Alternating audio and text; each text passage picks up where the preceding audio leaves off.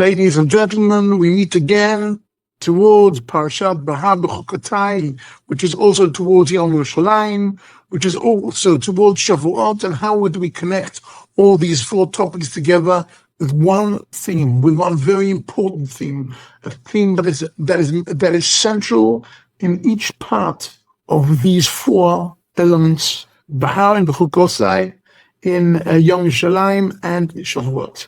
Let's start with Parashat Bahar. The Halach starts off with the halachas of Shmita and Yovel. And what is Shmita and Yovel really all about? It means our fields. Anybody can help himself to our fields. And it means after 6 years, after 6 years, the slaves go free. And it means after 50 years, the lands go back to the previous owner. What it really means is social equalizer. Social justice and social equalizer. For us in a capitalistic world, it sounds quite awkward, but actually it's very healthy in order to have an equalizer. So we'll all be united. People are disunited because of socioeconomic differences mainly. But if we're all on the same socioeconomic page, we have a social equalizer, which is the Shmita and the Yovel. So that is the beginning of the story. That means the Torah is trying to force us through these halachos into a certain financial unity. And then we get to B'Chukotai. B'Chukotai has all kinds of different blessings in the beginning, but that has a whole list of terrible curses.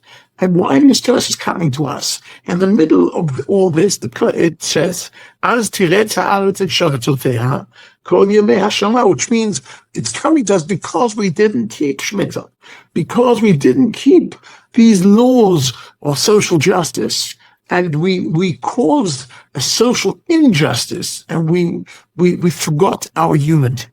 Not only that, but if we go to the beginning of Ma'as Sinai, that brings us back to Shavuos.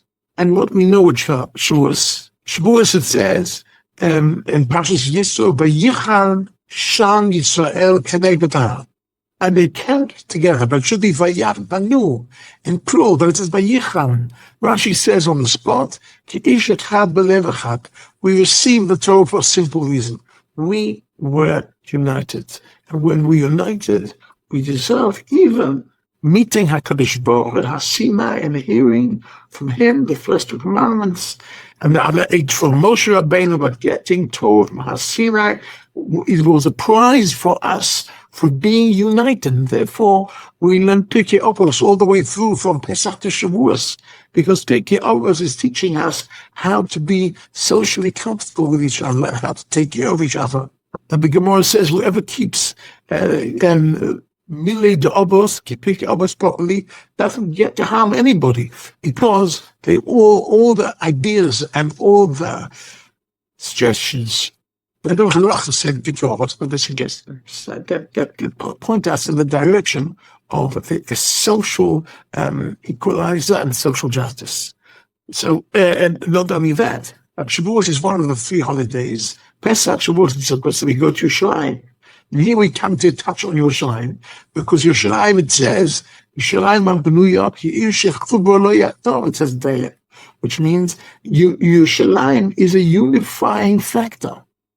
Yerushalayim is a unifying factor, because we all go to Yerushalayim together. In fact, the Gemara Megillah says that Yerushalayim lo nitchalka l'shvatim, which means the actual place, Yerushalayim, didn't belong to any specific tribe. It was a multiple. It was a place where everybody had access, because it was apolitical. It didn't belong to any one of the shvatim of the different tribes. Why? Because we have to be united. When we go to Yerushalayim, we have to be united. And that's what Rambam was also posting in the Chos of Mechila, where Lorit Halkal Shvatim shall not, Yerushalayim shall not be divided now into different tribes. And exactly the 16th war, one of the great miracles of the 16th war was how the Jewish people were united. We were fighting together, we fought together, and the big success came because of this exceptional unity. And that brings us for a moment to last week's parsha, where it says, "V'nikdashti b'sorah b'nei Yisrael." When you want extra kedusha, what do you do when you want extra kedusha? You go to a mountain by yourself and you just meditate? No. When you want extra kedusha, you find a minyan.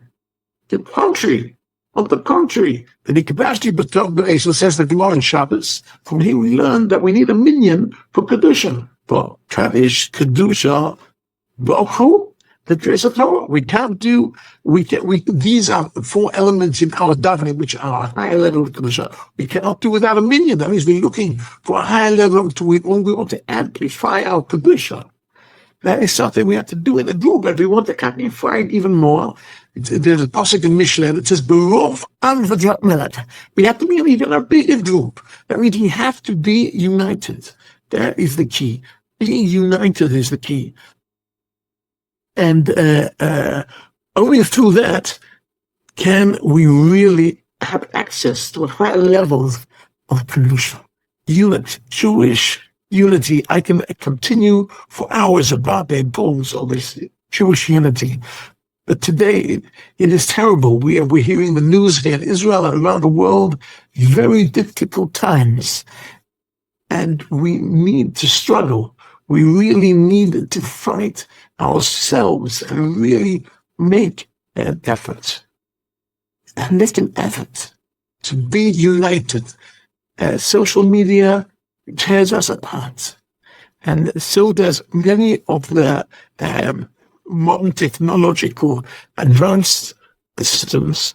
It makes everybody independent, and nobody has to ask what's the right way to go, because we've got ways, and nobody has to, we can wait in line for telephone, because everybody's for telephone. We have become iPhone and I-centered, and actually we are a religion of the social religion, and we need to group up and find, in spite of all these gathers that are putting us apart, and in spite of all the politics putting us apart, we have to find the common denominator, and through this common denominator, Yitz Hashem, we'll get it back to Yerushalayim, and to Yerushalayim Habluyo B'Meinu Amen.